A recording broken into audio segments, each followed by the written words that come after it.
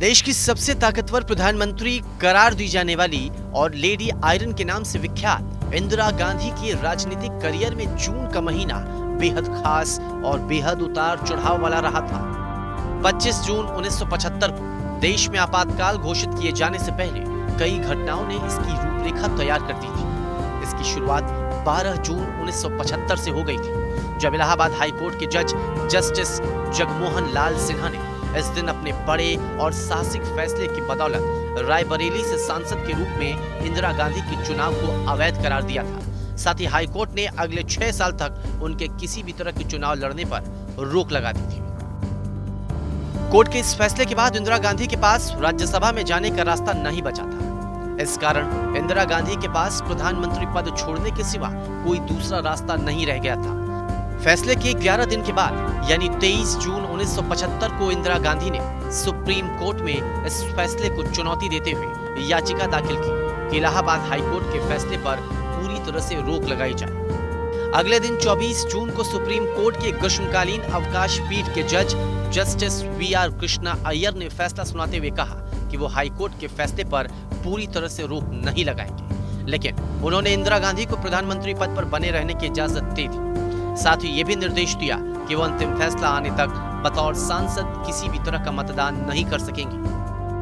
देश में इस समय इंदिरा गांधी के लिहाज से राजनीतिक हालात बहुत अच्छे नहीं चल रहे थे। पार्टी के अंदर और बाहर हर ओर उनके खिलाफ विरोध के सुर सुनाई पड़ रहे थे।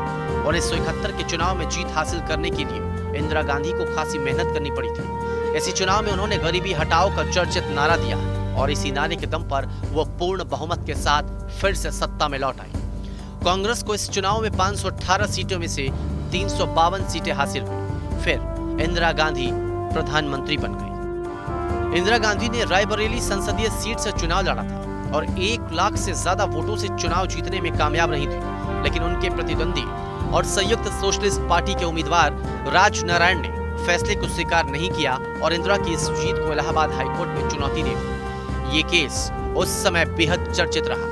इंदिरा गांधी बनाम राज नारायण के नाम से जाना जाने लगा, लेकिन इस चुनाव पर फैसला 4 साल बाद 1975 में आया। राज नारायण ने अपने केस में इंदिरा गांधी पर भ्रष्टाचार, सरकारी मशीनरी और संसाधनों का दुरुपयोग करने का आरोप भी लगाया। लोकनायक जयप्रकाश नारायण यानी जेपी के नेतृत्व में विपक्ष एकजुट हो चुका था और केंद्र सरकार पर लगातार हमलावर थे। हाई कोर्ट और फिर सुप्रीम कोर्ट के फैसले के बाद विपक्ष और हमलावर हो गया। देश की सबसे बड़ी अदालत के फैसले के अगले दिन 25 जून 1975 की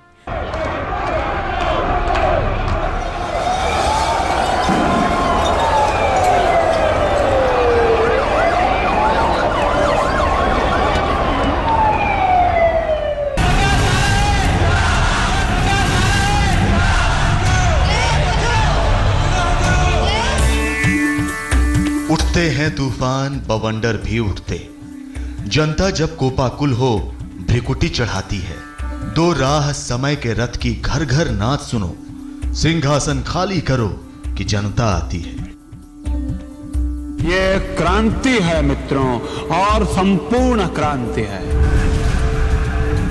25 जून 1975 की शाम ढलते ढलते जब दिल्ली के रामलीला मैदान में जयप्रकाश नारायण की जुबान से राष्ट्रकवि रामधारी सिंह दिनकर की ये कविता फूटी तो एक सफदरजंग रोड पर बैठी तब की प्रधानमंत्री इंदिरा गांधी को अपनी गद्दी हिलती दिखी। इंदिरा डरी हुई थी और सत्ता जाने के डर में उन्होंने वो कदम उठाया जो आजादी के बाद का सबसे काला दिन साबित हुआ। वो भूल गईं कि 28 साल पहले उनके ही पिता जवाहरलाल नेहरू ने आजाद भारत के लोकतंत्र का नियति से मिलन करवाया था। At the stroke of the midnight hour, when the world sleeps, India will awake to life and freedom.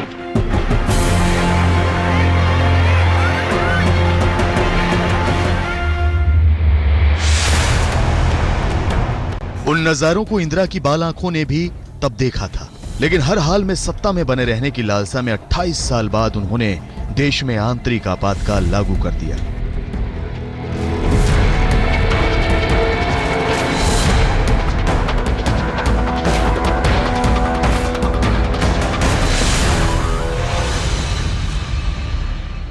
भाइयों और बहनों, राष्ट्रपति जी ने आपातकाल की घोषणा की है। इससे आतंकित होने का कोई कारण नहीं है। The President has proclaimed emergency. This is nothing to panic about. 25 जून 1975 दिल्ली का रामलीला मैदान, जयप्रकाश नारायण की जनसभा। अरे जयप्रकाश जनता को जगाए। वो एक बेहद गर्म दिन था, मौसम के लिहाज से ही नहीं, राजनीतिक सरगर्मियां भी दिल्ली के सियासी पारे को बढ़ा रही थी। इंदिरा गांधी की सरकार के भ्रष्टाचार, महंगाई, बेरोजगारी और सत्ता लिप्सा के खिलाफ जयप्रकाश नारायण की सभा उस शाम रामलीला मैदान में हुई। 73 साल की ढलती उम्र और उस पर से बीमारी, जेपी ने अपने कमजोर लेकिन आत्मविश्वास से भरी आवाज में सेना और पुलिस को भी नसीहत दी कि हुकूमत के गलत फैसलों में साथ न दें। आप किसी का गलत हुक्म ना माने।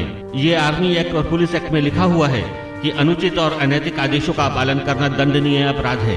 सेना का पहला काम है संविधान और लोकतंत्र की श्रेष्ठता को बनाए रखना। तब जेपी की शपथ पर लाखों हाथ मुट्ठी बांधकर खड़े हो गए। जेपी ने उसी मंच पर लोक संघर्ष समिति बना दी और मोरारजी देसाई को उसका चेयरमैन बना दिया। नानाजी देशमुख महासचिव और अशोक मेहता कोषाध्यक्ष बनाए गए। इन सब से घबराई इंदिरा ने जेपी के इस बोल को पकड़ लिया कि सेना और पुलिस सरकार की गैर कानूनी और असंवैधानिक आदेशों को न माने। जेपी पर राष्ट्रद्रोह के आरोप लगा दिए गए और देश को कैसे साधना है, सत्ता में कैसे बने रहना है। इलाहाबाद हाईकोर्ट के फैसले के बाद जिस डर को इंदिरा जी रही थी, उसे जेपी की इसी वक्तव्य से एक थाह मिल गई। यानी पहले गुजरात और फिर बिहार में जेपी की अगुवाई में छिड़े आंदोलन से बौखलाई और डरी इंदिरा गांधी को लगा कि जेपी उनके पैरों तले की मजबूत सियासी जमीन को खिसकाना चाहते हैं। और उनके इस डर को हवा दी उनकी उस कोठरी ने, जिसे इंदिरा का किचन कैबिनेट कहते हैं। दरअसल उस वक्त दो किस्म की कोठरी काम कर रही थी, एक इंदिरा गांधी की, दूसरी उनके छोटे बेटे संजय गांधी की। लेकिन दोनों की मंजिल एक ही थी, इंदिरा की सत्ता, संजय का वर्चस्व। इंदिरा गांधी की कोठरी में पश्चिम बंगाल के मुख्यमंत्री सिद्धार्थ शंकर रे, कानून मंत्री एचआर गोखले, कांग्रेस अध्यक्ष देवकांत बरुआ, मुंबई कांग्रेस अध्यक्ष रजनी पटेल और गृह राज्य मंत्री ओम मेहता शामिल थे। जबकि संजय गांधी की कोठरी में हरियाणा के मुख्यमंत्री बंसीलाल, प्रधानमंत्री कार्यालय में officer on special duty Yashpal Kapoor, प्रधानमंत्री इंदिरा गांधी की निजी प्राइवेट सचिव आर.के. धवन और योग गुरु धीरेन्द्र ब्रह्मचारी शामिल थे।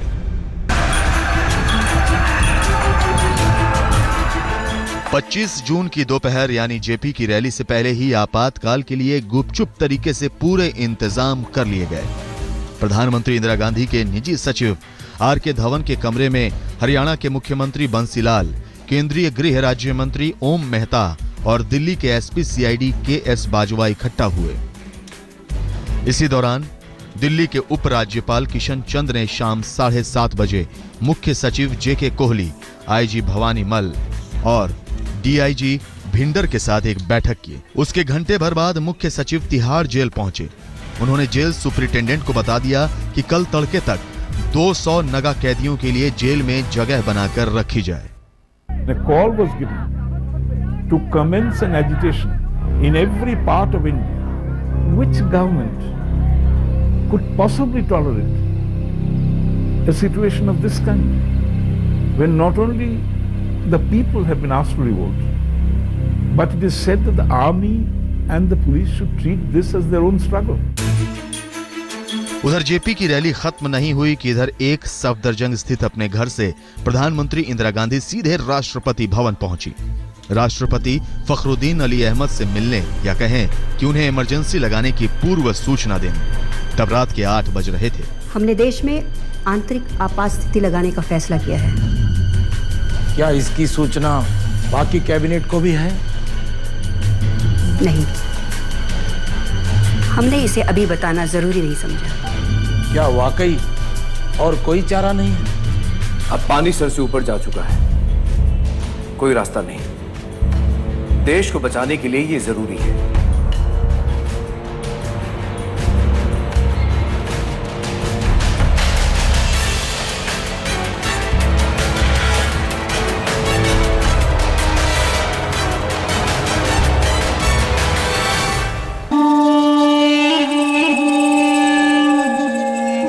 25 जून की उस रात करीब 11 बजे इंदिरा गांधी ने अपने गृह मंत्री ब्रह्मानंद रेड्डी को बुलाया और उसके 1 घंटे बाद सरकारी हरकारा इमरजेंसी का मसौदा लेकर राष्ट्रपति भवन पहुंचा, राष्ट्रपति के दस्तखत के लिए। सर, मैडम ने मुझे आपसे इन पेपर्स पर हस्ताक्षर करवाने के लिए भेजा है।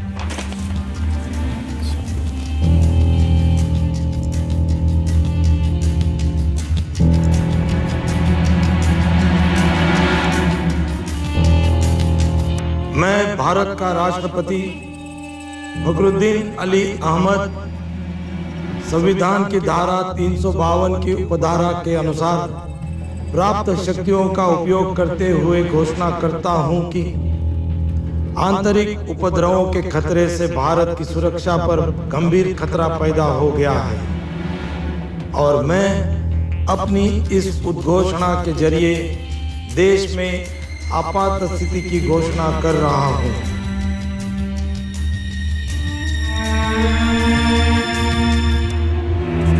आधी रात को फखरुद्दीन अली अहमद ने जैसे ही आपातकाल के ड्राफ्ट पर अपना हस्ताक्षर किया, उसके साथ ही हिंदुस्तान में लोकतंत्र इंदिरा गांधी और संजय गांधी का बंधक बन गया। संविधान की धारा 21 तक निलंबित कर दी गई, जिसमें हर नागरिक को जीने का अधिकार मिला है। तब तक ये जानकारी चंद लोगों को थी, यहां तक कि इंदिरा की कैबिनेट को भी नहीं। 26 जून की सुबह के 6 बजे कैबिनेट की आपात बैठक बुलाई गई।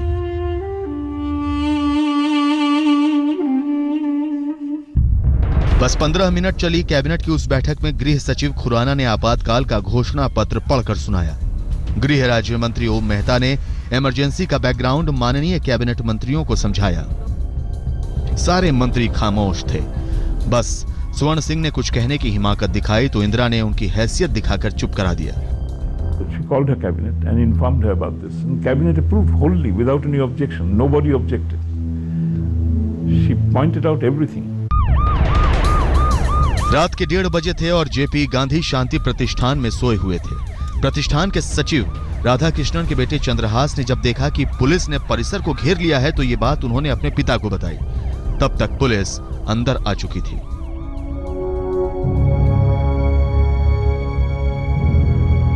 बाबूजी, पुलिस आई है, आपके गिरफ्तारी का वारंट लेकर आई है।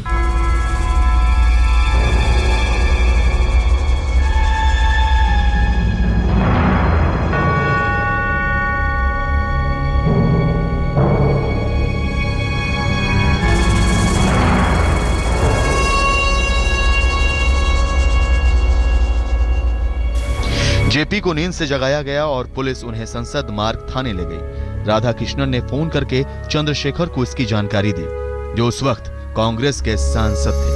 तब तक पार्टी के भीतर उनकी पहचान इंदिरा गांधी की नीतियों के विरोध में खड़े युवा तुर्क की बन चुकी थी। चंद्रशेखर सीधे संसद मार्ग थाने पहुंचे, जहां उन्हें पता चला कि जेपी को ही नहीं, उन्हें भी गिरफ्तार कर लिया गया है। बाबूजी, पुलिस की एक टीम आपके भी घर गई थी आपको गिरफ्तार करने। हम यहीं खड़े हैं आपके सामने, हमें यहीं गिरफ्तार किया जाए।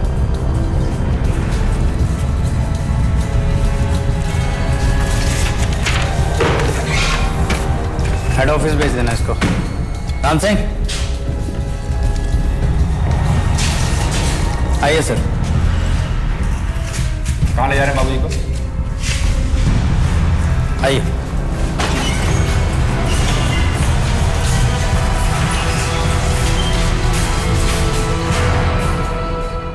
8 बजे तक इंदिरा गांधी ने ऑल इंडिया रेडियो पर आकर देश को बताया कि आपातकाल लागू हो चुका है। तब तक इंदिरा गांधी के विरोधी तमाम नेताओं को सलाखों के पीछे पहुंचाने की तैयारी कर ली गई थी। जून 1975 की शाम ढलते ढलते जयप्रकाश नारायण ने रामलीला मैदान से घमासान का ऐलान कर दिया था। इंदिरा गांधी की उस हुकूमत से जिसने अपना नैतिक तेज खो दिया था। तभी तो 12 घंटे के अंदर जेपी गिरफ्तार कर लिए। समय इंदिरा गांधी ने अपने छोटे बेटे संजय गांधी और किचन कैबिनेट की सलाह पर कुछ और प्लान कर रखा था। उसी के तहत पहले तो उन्हें नींद से जगाया गया और फिर संसद मार्ग थाने में जेपी को सूचना दी गई कि उन्हें गिरफ्तार कर लिया गया है। गिरफ्तारी के बाद जेपी को हरियाणा के सोहना में गेस्ट हाउस में ले जाकर रखा गया। वहीं पर इंदिरा गांधी से प्रधानमंत्री पद की लड़ाई लड़ने वाले मोरारजी देसाई को भी रखा गया था। लेकिन जेपी और मुरारजी भाई को मिलने नहीं दिया गया। दूसरी तरफ 26 जून की सुबह होते होते तमाम बड़े नेता जेल में थे। Maintenance of internal security act यानी मीसा के तहत 36,000 से ज्यादा लोग गिरफ्तार किए गए। 2,500 लोग तो बिहार से ही गिरफ्तार हुए।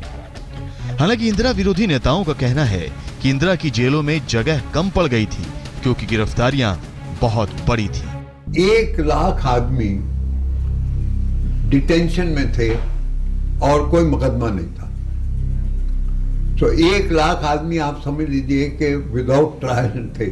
अच्छा, जिसमें थोड़ी देर के लिए मैं भी था जेल में। इंदिरा को लगा कि विरोधी नेताओं को गिरफ्तार करके उन्होंने विरोध के मुंह पर ताला बंद कर दिया है, लेकिन इंदिरा की सत्ता चौकड़ी में वो दम नहीं था जो लोकतंत्र का दम निकाल सके। जहां बैरक कम पड़ गई तो जेल के भीतर खुले मैदान में सबको इकट्ठा किया गया, जहां खाने पीने की भी कोई व्यवस्था नहीं थी।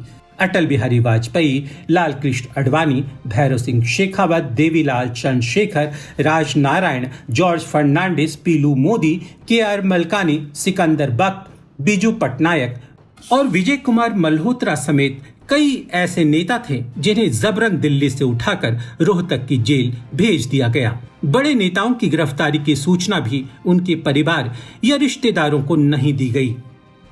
उन्हें कहां रखा गया है, इस बात की किसी को कोई भनक नहीं थी।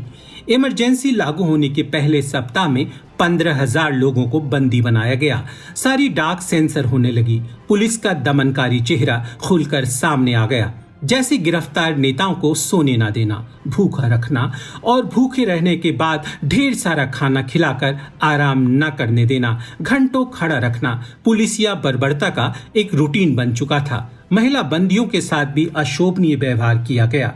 विजय राजे सिंधिया और जयपुर की महारानी गायत्री देवी को असामाजिक और बीमार कैदियों के साथ रखा गया। महाराष्ट्र की मृणाल गोरे और दुर्गा भागवत को पागलों के बीच रखा गया। श्रीलता स्वामीनाथन के साथ अभद्र व्यवहार किया गया। आपातकाल की घोषणा से पहले सभी राज्यों के मुख्य सचिवों को विपक्षी नेताओं की गिरफ्तारी के आदेश दे दिए गए थे। बंदियों में लगभग सभी प्रमुख सांसद थे।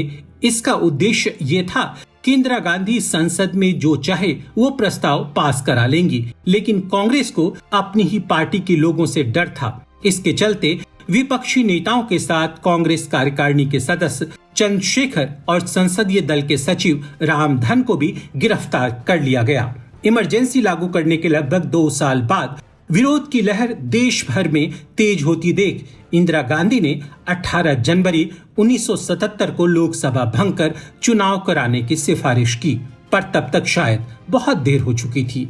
कांग्रेस और इंदिरा को जितना नुकसान होना था वो हो चुका था।